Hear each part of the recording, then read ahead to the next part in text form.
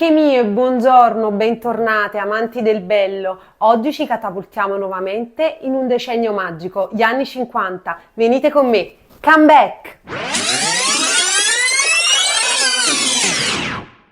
Oggi vi propongo un anello davvero interessante. Si presenta interamente realizzato in oro 18 carati di colore bianco, presenta gambo sottile e lucido, la struttura superiore è tendenzialmente ovale e calza in modo trasversale. È interamente composto da incastri a 4 griff atti ad ospitare diamanti taglio a brillante per un peso complessivo di circa 5 carati.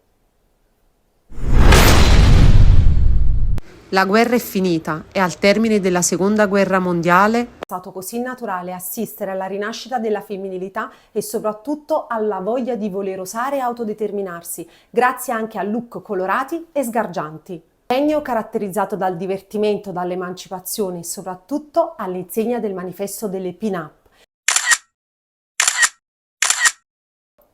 Donne ammiccanti, sensuali, ma mai volgari, un vero e proprio stile di vita caratterizzato da leggerezza e spensieratezza, ma soprattutto all'insegna della libertà e dell'autodeterminazione, libertà sia di parola che di espressione. Wow! Quest'estate osiamo con degli shorts, dei pantaloni capri aderenti e soprattutto con camicie a pois annodate in vita. Non dimentichiamo borse di paglia e rossetto rosso. Consiglio una bella passeggiata romantica a Capri.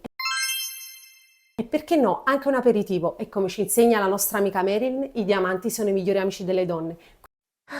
Quindi catapultatevi alla gioielleria Caruso e venite a vedere l'anello e soprattutto non esitate a visitare il nostro sito www.gioiellicaruso.it dove tutto è bello, elegante e fine. Ciao!